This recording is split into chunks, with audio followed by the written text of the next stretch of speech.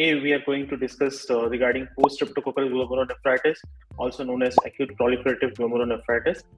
So we are going to discuss all the features, clinical features, the diagnostic modalities, the pathogenesis, and the clinical outcomes, and what are the differentials, all these things, and the other features as well. So please stay hooked till the end of the video. We are going to have lots of learning, and we are going to capture all the high-end points. So let's go to the introduction.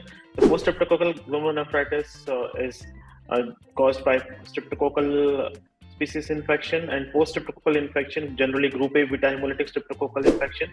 And 3 weeks after streptococcal infection, generally throat infection or sometimes skin infection can also precede. And there is a group A beta hemolytic streptococcus, and the M protein. M protein is the virulent factor that is known to cause this kind of glomerulonephritis, that is known to act as an antigen and cause antigen-antibody reaction. And it is also sometimes known as post-infectious glomerulonephritis, where the offending organism is something different from streptococcal. It could be any bacteria, viral, or any other infections as well. The patients commonly present, generally children, and present with hematuria, and that is blood in the urine. There is azotemia, reduced urine, and increased BUN level. Oliguria, there will be severe reduction in the urine volume, that is oliguria will be there. And these are the important and cardinal features of post-streptococcal glomerulonephritis, or also known as proliferative glomerulonephritis. Post-infectious glomerulonephritis, as I was talking you about, here it can include some other organisms like some bacteria, some viruses. Bacteria like Staphylococcus, Endocarditis, pneumococcal infections can also cause similar kind of a morphology.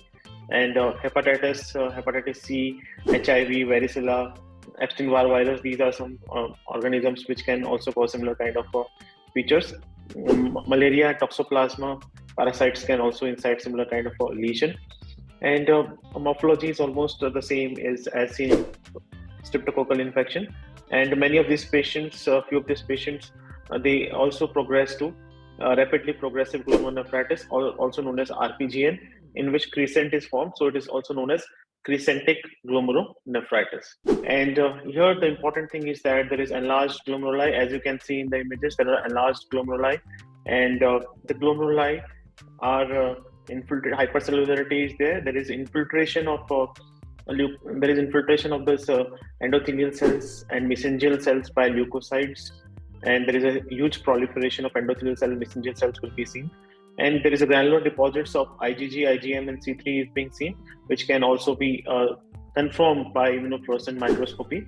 Electron microscopy typically reveals the deposition of immune complex as an electron-dense material and occurring just beneath the epithelial lining of the glomeruli, and it presents as a hump or elevation, which is known as subepithelial hump. So subepithelial hump, remember, this is a very characteristic of acute post-streptococcal glomerulonephritis. And as you can see in the immunofluorescence, there is a granular deposit of IgG and C3 that is being seen corresponding to the humps, and these are illustrated by the bright immunofluorescent staining.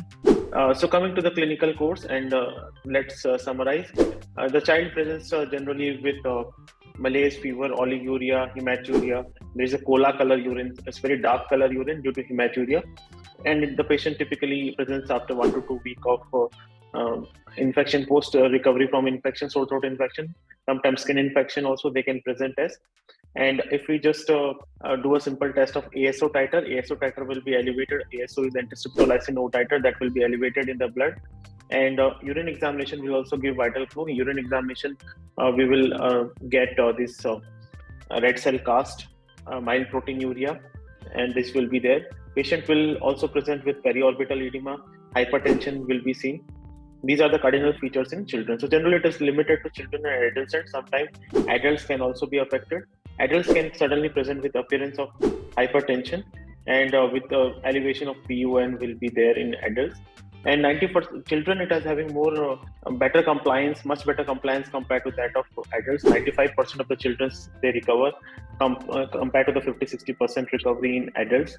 And 1 to 2% of the cases of children, they do not improve and they progress to severely oliguric conditions.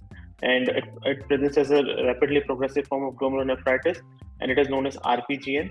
There is a formation of crescents, or it is known as crescentic glomerulonephritis. Crescent is formed in the glomerular space that completely obliterates the urine formation, leads to severe oliguria, and that is RPGN, and this is more common in adults compared to that of children. So these are the key features of acute post-streptococcal glomerulonephritis. Learnings that we learned today are they are caused by acute streptococcal infection, pharyngeal or throat infection, can be seen with other bacterial viral infections and parasitic infections as well.